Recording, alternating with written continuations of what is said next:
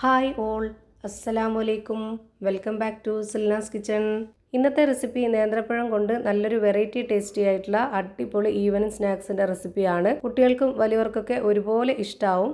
ഒരു തവണ ഉണ്ടാക്കി കഴിച്ചാൽ പിന്നെ നമുക്ക് വീണ്ടും വീണ്ടും ഉണ്ടാക്കി കഴിക്കാൻ വേണ്ടി തോന്നും. അത്രയും നല്ലൊരു ടേസ്റ്റി ആയിട്ടുള്ളൊരു പലഹാരമാണ്. അപ്പോൾ ഇതെങ്ങനെയാണ് തയ്യാറാക്കുന്നതെന്ന് അറിയാനായിട്ട് വീഡിയോ സ്കിപ്പ് ചെയ്യാതെ മുഴുവനായിട്ടൊന്ന് കണ്ടു നോക്കണേ. അപ്പോൾ ഞാനിവിടെ ഈ ഒരു പലഹാരം തയ്യാറാക്കാനായിട്ട് പഴുത്ത 2 നേന്ത്രപ്പഴം എടുത്തിട്ടുണ്ട്. ഒരുപാട് നന്നായിട്ട് പഴുത്തുപോയ പഴമല്ല, ഒരു മീഡിയം പഴുപ്പുള്ള പഴമാണ് എടുത്തിട്ടുള്ളത്.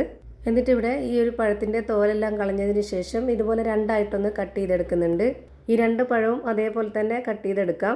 ഈ വീഡിയോസ് കണ്ടുകൊണ്ടിരിക്കുമ്പോൾ തന്നെ സിൽനാസ് കിച്ചൺ ചാനൽ ആദ്യമായിട്ട് കാണുന്നവരാണെങ്കിൽ പ്ലീസ് ഒന്ന് സബ്സ്ക്രൈബ് ചെയ്തേക്കണേ. ഒപ്പം തന്നെ ഈ വീഡിയോസ് നിങ്ങൾക്ക് ഇഷ്ടപ്പെടുകയാണെങ്കിൽ ഒരു ലൈക്ക് ചെയ്ത് ഷെയർ ചെയ്ത് സപ്പോർട്ട് ചെയ്യാനും മറക്കരുതേ.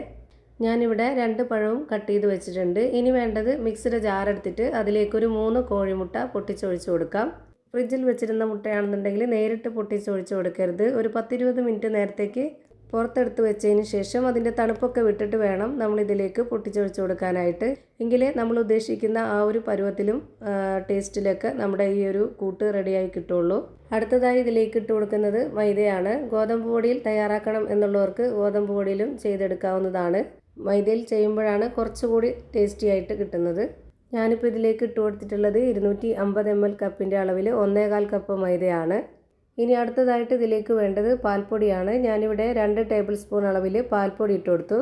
പിന്നെ ഇതിലേക്ക് മെയിനായിട്ട് വേണ്ടത് ബ്രൂ കോഫി പൗഡറാണ്. ഞാനിവിടെ 1 ടേബിൾ സ്പൂൺ അളവിൽ ഇട്ട് കൊടുക്കുന്നുണ്ട്.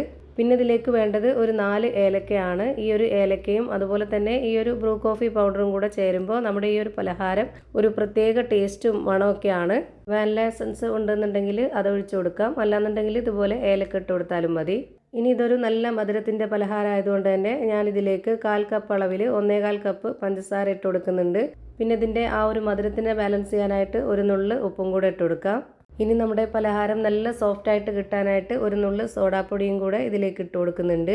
ഇനി ഇതിൻ്റെ കൂടെ തന്നെ 2 ടേബിൾ സ്പൂൺ അളവിൽ നെയ്യ് കൂടി ഒഴിച്ചു കൊടുത്തു കഴിഞ്ഞാൽ നമ്മുടെ പലഹാരം പറയേ വേണ്ട, അത്രയും ടേസ്റ്റിയാണ്. എല്ലാവർക്കും അറിയാം നെയ്യുടെ മണം. നമുക്ക് ഏത് പലഹാരത്തിനായാലും നെയ്യുടെ മണം ഇഷ്ടമുള്ളവർക്കാണെങ്കിൽ ഭയങ്കരമായിട്ട് ഇഷ്ടമാവും ഈ ഒരു പലഹാരം. ഇനിയിപ്പോൾ നെയ്യ് വേണ്ട എന്നുള്ളവർക്കാണെന്നുണ്ടെങ്കിൽ ബട്ടർ ഉരുക്കി ഒഴിച്ചു കൊടുത്താലും മതി.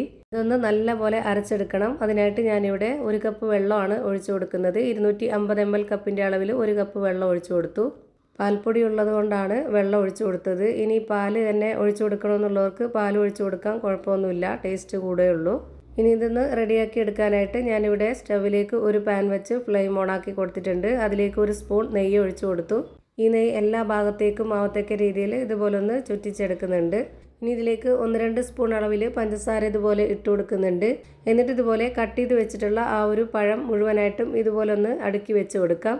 ഈ ഒരു പഞ്ചസാരയിലും നെയ്യിലും കിടന്ന് ഇത് നന്നായിട്ട് വെന്ത് വരുമ്പോൾ നല്ല ടേസ്റ്റും നല്ലൊരു മണവുമാണ്. ഇനി നമ്മൾ മിക്സിയിൽ അരച്ച് വെച്ചിരുന്ന ആ ഒരു മിക്സ് മുഴുവനായിട്ടും ഇതിലേക്ക് ഒഴിച്ചു കൊടുക്കാം. ഇതെല്ലാം ഒഴിച്ചു കൊടുത്തതിന് ശേഷം ലോ ഫ്ലെയിമിൽ ഇട്ട് കൊടുത്തിട്ട് ഒരു 10 മിനിറ്റ് നേരം വേവിച്ചെടുക്കാവുന്നതാണ്. അപ്പോൾ ഒരു ഭാഗം വെന്ത് കിട്ടും.